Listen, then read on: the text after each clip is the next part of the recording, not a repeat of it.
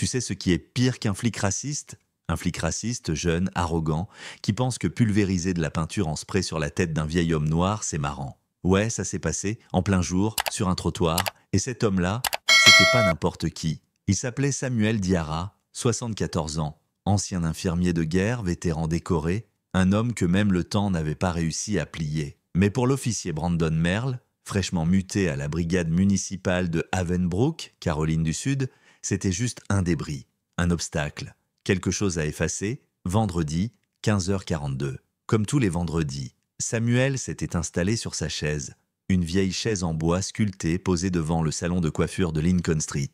Même coin, même heure, même cap militaire sur la tête. Une canne en bois foncé entre les genoux, un petit sac plastique avec ses pilules dans la main gauche.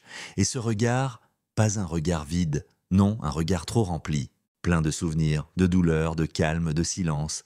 Le genre de regard que les jeunes évitent parce qu'il oblige à réfléchir. Tu vois ce que je veux dire? Mais Merle, lui, il ne regardait pas. Il se pavanait. Canette de soda à la main, lunettes miroir de flic à la série B, et cette foutue bombe de peinture orange fluo dans l'autre. Il s'approche, ricane, fait tourner la bombe dans sa paume et balance « Tiens papy, je vais t'offrir une teinture gratuite. » Et là, sans sommation, psssss, un long jet de peinture atterrit sur le crâne de Samuel.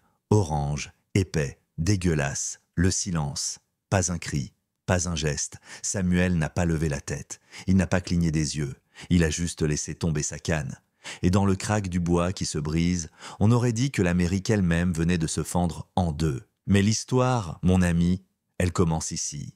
Parce qu'à l'angle de la rue, garée discrètement devant une vieille station-service fermée, une SUV noire s'ouvre. Un homme en descend. Pas d'uniforme, pas de mots, pas d'hésitation, juste un pas après l'autre. Calme, contrôlé. Un téléphone dans la main, une capture vidéo en direct, un message envoyé. Et là, c'est tout un pays qui a vacillé. Ce type-là, c'était Malik Diarra, le fils de Samuel.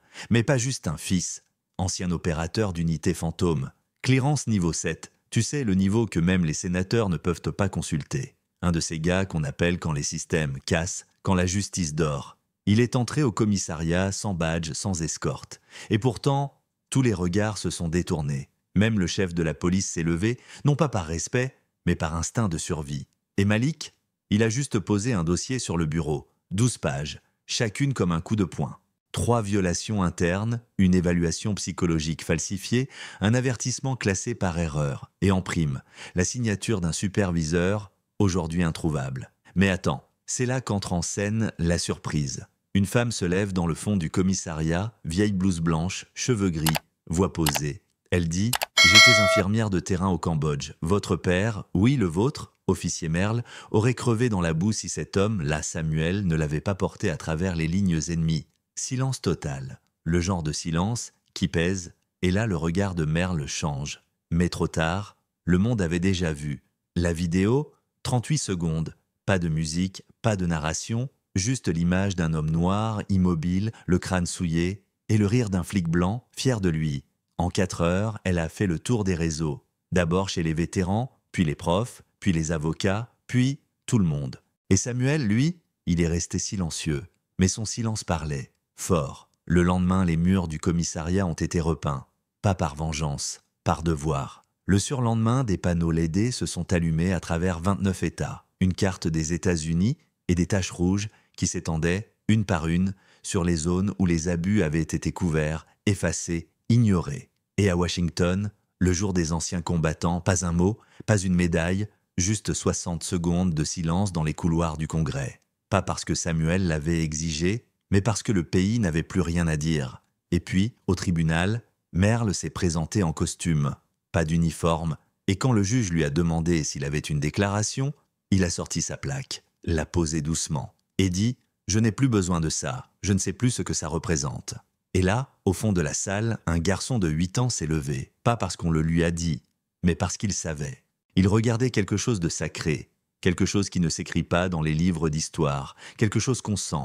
Et Malik, il a refusé les médailles, les cérémonies, les interviews, il a supprimé ses comptes, effacé ses traces. Quand un journaliste lui a demandé pourquoi, il a juste répondu « Je lui ai appris à marcher ». Le reste, il l'a appris en ne revenant jamais.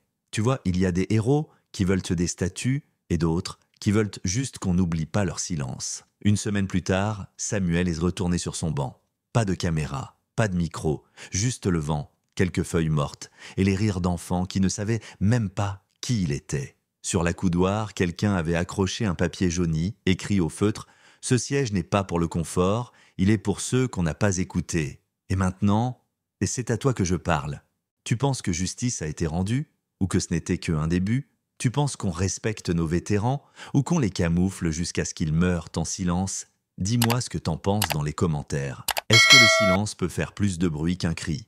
Est-ce que parfois, un banc vide peut en dire plus long qu'un procès entier?